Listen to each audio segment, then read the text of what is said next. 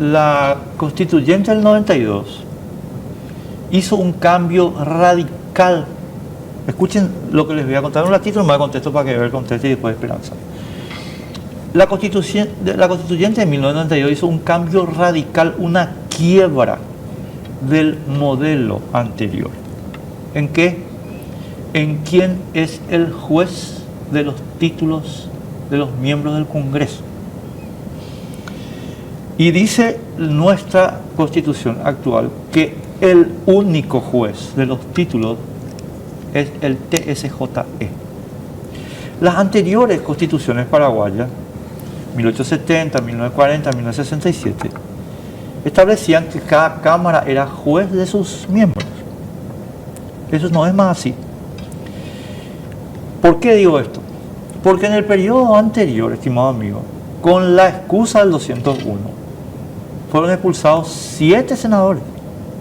Es decir, la Cámara de facto funcionó como juez de los títulos de los miembros. Eso hay que terminar, mi querido. A ver si terminamos con Katia bien, pero eso no puede seguir así. Por eso yo apoyé totalmente la resolución 429, pero de modo radical apoyo esa, y fue siempre mi línea, ¿verdad? Así que quiero entender un poco. Sí, yo estuve consultando con varios juristas, ¿verdad?, que sostienen justamente esa tesis, ¿verdad?, de que es el Tribunal Superior de Justicia Electoral que vía un proceso de pérdida de investidura, así como hacen en los cargos electivos inferiores, como concejal departamental, concejal municipal, que se inicia un proceso de pérdida de investidura, ¿verdad? Pero eso, por práctica, en este periodo democrático no se hace así, se hace a través de ambas cámaras que entienden y utilizan ese artículo de la Constitución y resuelven la pérdida de investidura de sus miembros, ¿verdad? En diciembre nosotros vimos la necesidad de reglamentar eso, ¿verdad?, porque una mayoría, y más todavía una mayoría, cuando no tiene como norte o como principio la democracia, puede cometer abusos, ¿verdad? Claro, una mayoría de 12 puede echar un senador. Puede echar un senador. Lo que pasa es que en periodos pasados, y yo sigo, y más todavía con lo que pasó, ¿verdad?, reviso antecedentes, muchos por el populismo han derogado incluso una ley que reglamentaba la pérdida de investidura. Fue el caso de Payo, ¿verdad? Asumió como senador, impulsó la derogación de la ley que reglamentaba, que decía 30 votos, y se le aplicó al 23. Y ahí yo voy a una cosa y Esperanza, no quiero que se pongan ustedes como aludidos, pero sí quiero hacer el análisis de situación, ¿verdad? Yo creo que en las cámaras legislativas y en el Senado hay mucha gente que literalmente actúa para salir en los titulares. Este caso que vos acabas de contar de Paraguayo Cuba, pero también el de Katia, es ese caso. Porque ellos, para salir en los títulos, dijeron que esto era un blindaje de corruptos. Cuando que desde el punto de vista de los principios está claro que ni la constituyente ni la Constitución autorizaban a 12 miembros de la Cámara a expulsar senadores elegidos por el pueblo.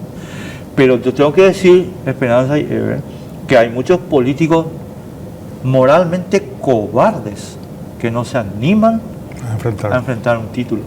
Y eso es una cobardía que no puede continuar, porque mirá lo que está pasando. Un título, una crítica de Enrique. Mira, acá yo tengo 2 personas que con crítica de Enrique no pasa nada. No, yo creo que hay que reconocer que desde la instalación de la democracia, desde el primer Congreso instalado después de la caída de la dictadura, progresivamente hemos ido teniendo un deterioro de los representantes en las 2 cámaras. Hay un proceso, digamos, de deterioro de esta representación, y uno mira a representantes del primer Congreso, del Partido Colorado, en esa época venían los del Mopoco, etcétera. Habían figuras que realmente en ese momento jerarquizaban el debate, etcétera. Y toda esta mediatización del acto político y las redes sociales y los TikTok sustituyen al debate de las ideas, y eso es muy peligroso. O sea, a veces es más importante una cuestión, un título, una cuestión que pueda llamar la atención, a poder realmente nosotros empezar a debatir las ideas políticas que construyen políticas públicas y construyen la democracia en general. Y esa es una autocrítica que tenemos que hacernos todos, ¿verdad?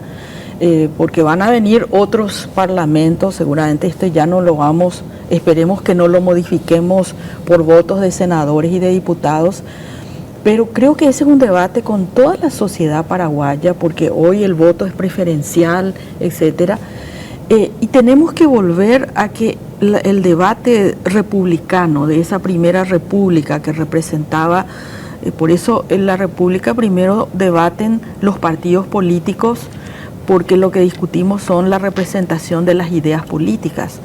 Después viene la representación territorial, o sea, al comienzo las élites capitalinas en los países eran todos de las capitales y de las urbes más importantes, y por eso viene la Cámara de Diputados como una representación regional, porque antes solamente en las capitales estaban las mejores mentes pensantes, y después comienza allí nuestro requerimiento de las mujeres de la representación del 50. Son maneras de ir discutiendo cómo el debate tiene que ser plural y cada vez tiene que representar más al debate de la sociedad, que por supuesto es plural, es diferente, y esa síntesis de todas las posiciones es la que va construyendo el consenso social, ¿verdad? Y eso está en crisis, Enrique. Yo coincido plenamente contigo. Yo también. Misma cuestión, un ratito. Coincido plenamente, y volviendo al tema de los titulares, algunos fueron cobardes en asumir una posición. El caso de la lista Sábana, el desbloqueo, ¿verdad? La gente pensó que iba a mejorar, ¿verdad? Muchos votaron por presión. El único que se animó fue Beto. Y el único que se equivocó fue Beto. ¿Por qué? Porque, porque por el desbloqueo llegamos nosotros, ¿verdad? Y llegaron varios, ¿verdad? Y bueno, claramente hay un deterioro de la representación parlamentaria. Yo quiero decir una cosa ahí, Ever y Esperanza, con respecto a esta situación, porque me parece fundamental, y yo te agradezco que hayas planteado el tema. Yo disiento profundamente con la idea de que este Parlamento es peor que los otros, porque se nos quiere hacer creer, o sea, de que por Gualdino Ramón Lovera o por Evelio Fernández Arévalo aquel Parlamento era mejor que este. Y yo disiento profundamente con eso, porque ese Parlamento no tenía representatividad. Ese Parlamento fue elegido por 4 personas: Andrés Rodríguez, Domingo Laíno, González Casabianca y no sé quién más. O sea, 4 tipos hicieron la lista entera del Parlamento. Eso, discúlpenme, a mi juicio es retardatario y no es democrático. Este Parlamento donde están ustedes, para mí es el mejor Parlamento hasta ahora de la democracia.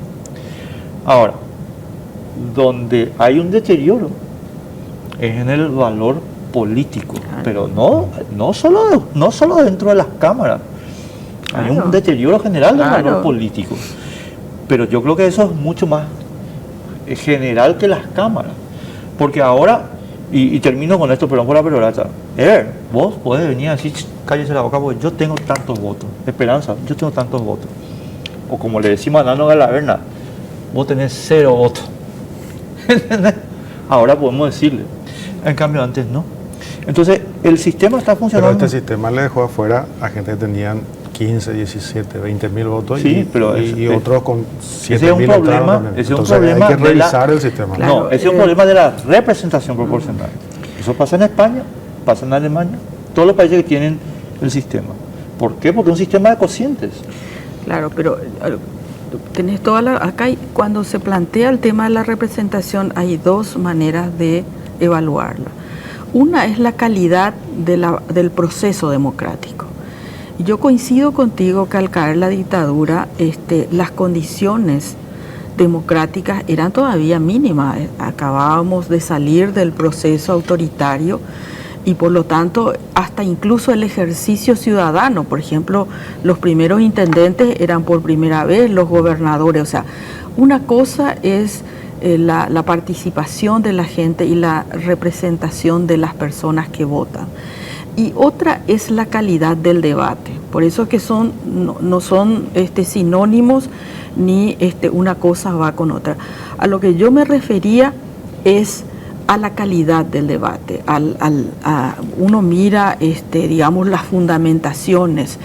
Y como en este momento hay un deterioro en general de la participación política, ¿por qué?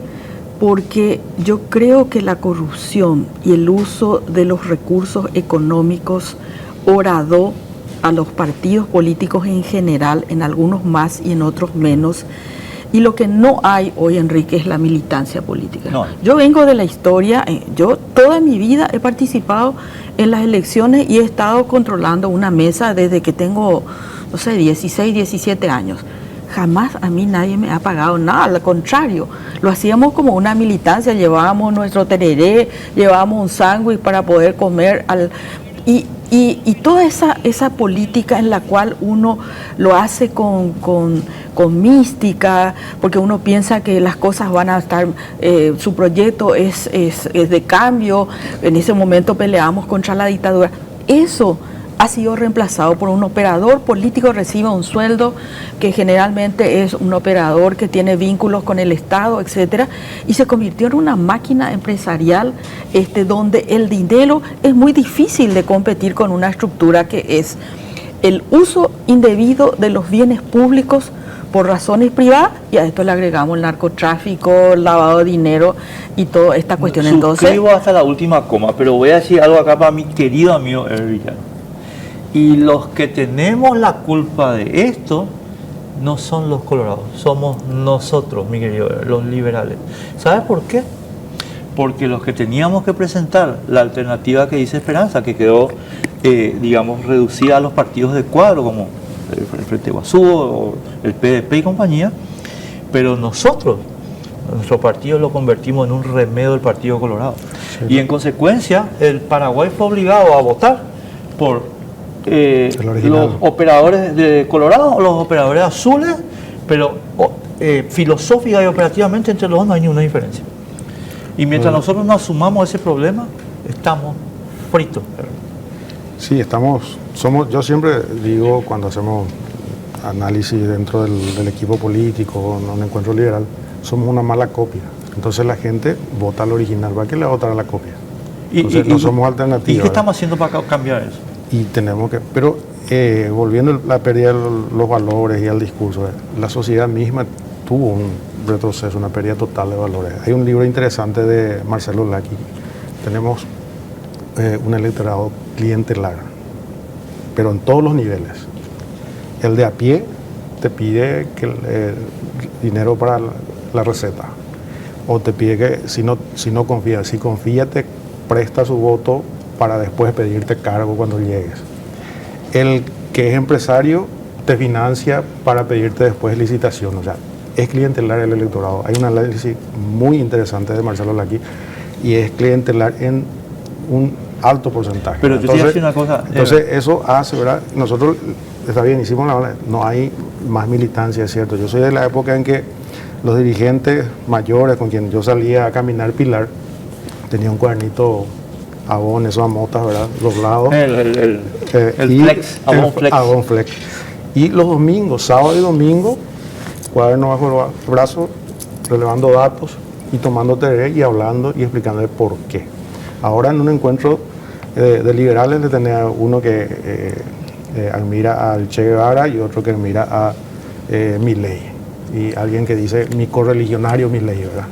Y después te encontrás con otro que mira a otro, ¿verdad? Entonces hay una confusión de ideas, nadie sabe por qué es liberal, por qué es colorado y se pierde esa identidad de partido político, porque claro, convengamos que partido viene de parte. una parte de la sociedad. Pero tiene que representar esa parte de la sociedad.